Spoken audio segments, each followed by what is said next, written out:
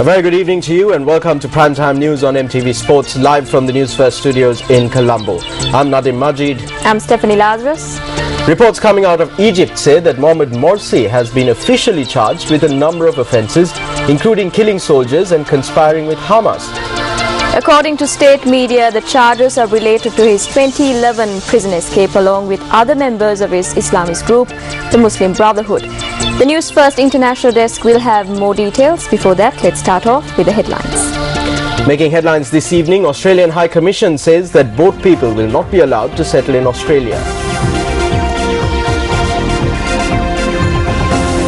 A group of residents from Dambulla protest demanding compensation for property lost due to a proposed development project. 4 lives claimed in 2 separate accidents.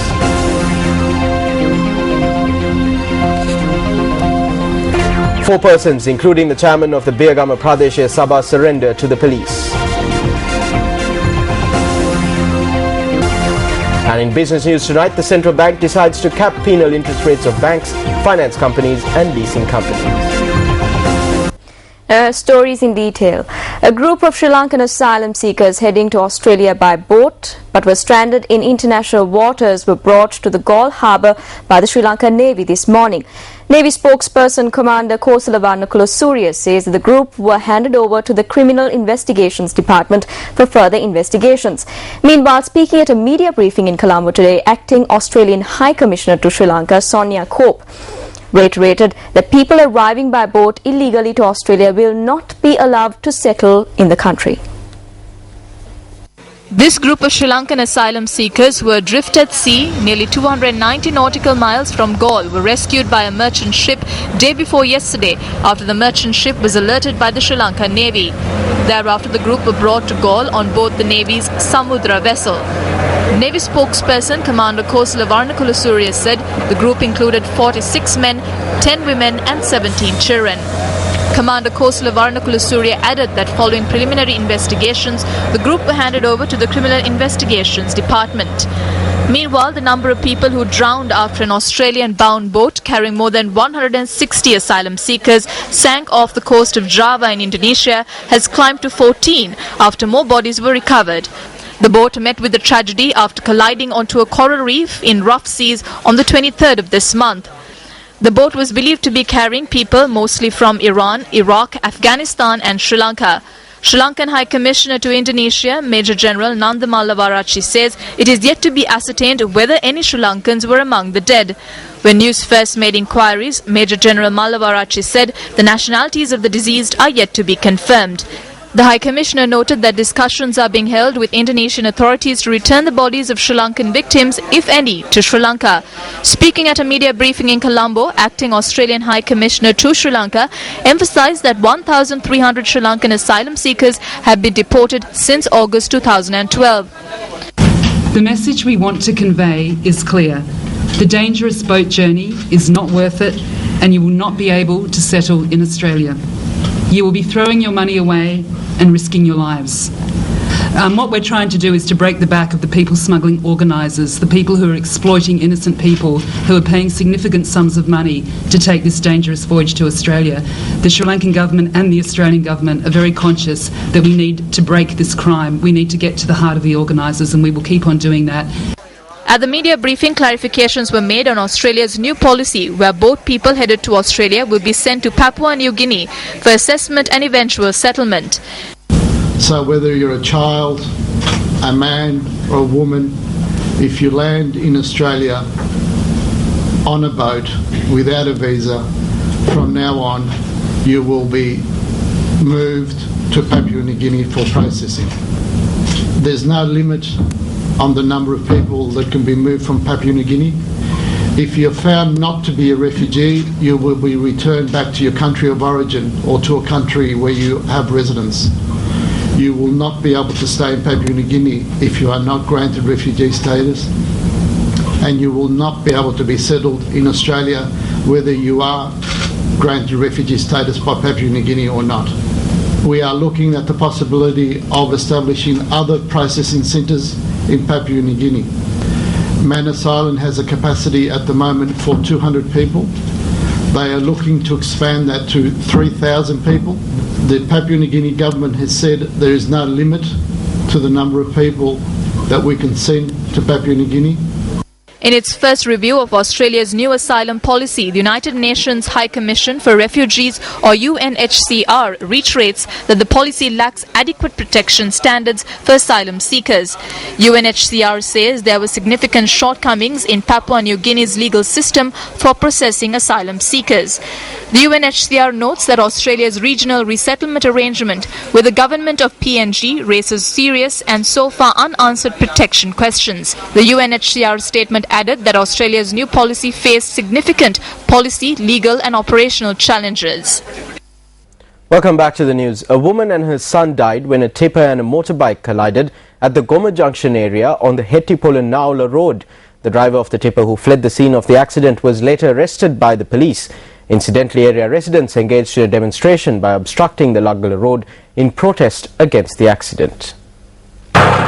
A tipper travelling from Naula to Hettipola collided with a motorbike that was parked opposite the bus stand located next to the clock tower at the Goma Junction at 5:40 this morning. Sumit and Anula passed us and went ahead. When I was returning after picking up my mother, I saw a lorry knocking them down. Anula was bleeding from her nose and mouth.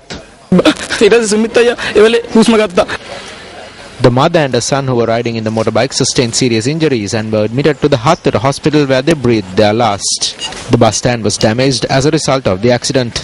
The deceased were 23-year-old Sumit Shanta Bandara, the eldest of 3 siblings, and his 42-year-old mother Anula Kumari. They were residents from Devala Denia in Thorapitiya. The accident had taken place when they were returning after dropping their youngest child in the family at school for an education excursion. The driver of the tipper who fled the scene of the accident was later arrested by the Mahiyangania police.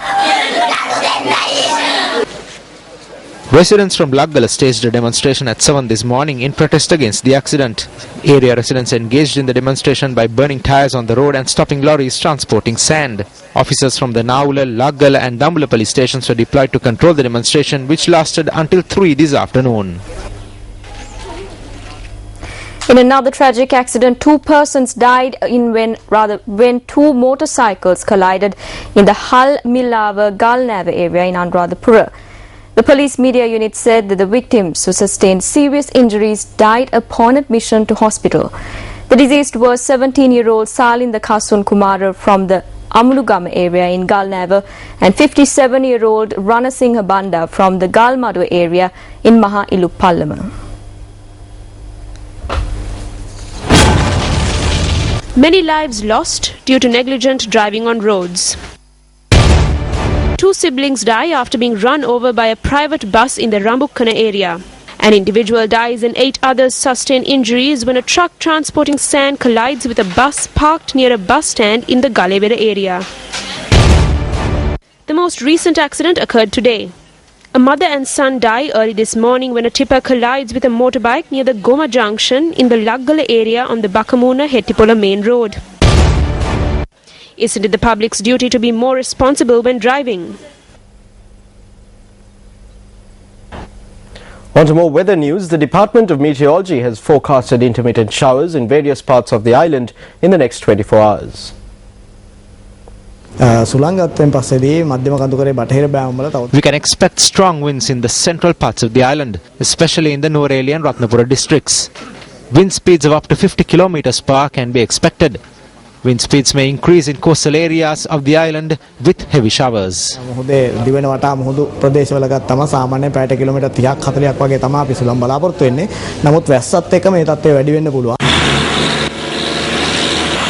spill gate of the Randamgal Reservoir was opened this morning due to heavy showers.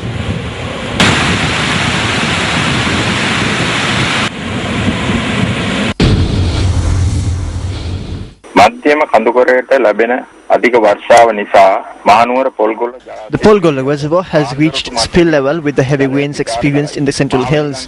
An increase in the water levels of the Mahabali River can also be seen. Mama Newsfirst when you reporter Nimali Lankon Mahanuara Level Sitter. Department of Meteorology says intermittent showers can be expected in the western, Sabragamua, southern and central provinces in the next 24 hours, ending at 8:30 a.m. tomorrow. The department warns fishermen to be cautious when engaging fishing activities due to the rough seas. A group of residents staged a protest this evening demanding that they be compensated and provided land that will be lost due to the proposed development of a place of worship in the area. The area residents protested against letters to be issued to them to vacate their homes within 7 days. Our correspondent said that the area residents protested by blocking the A9 road in the Kandalame area. When Newsfirst inquired into the matter from the Dambulla Divisional Secretariat, she said that steps have been taken to provide compensation to those affected. She noted that letters were not issued instructing residents to vacate their homes within 7 days. 4 persons, including a UPFA member of the Birgama Pradeshya Sabha, Saman Veerasiri, who handed themselves over to the police on charges of assault, have been remanded until the 2nd of next month. The police media spokesperson said that the Pradeshya Sabha member and 3 others handed themselves over to the Sapugaskanda police this morning. UPFA member of the Birgama Pradeshya Sabha, Saman Veerasiri, is alleged to have assaulted an employee of a private workstation in Birgama.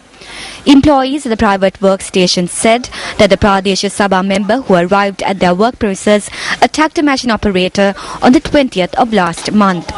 The group, including the UPFA member of the Birgama Pradeshya Sabha, handed himself over to the police 6 days after the incident.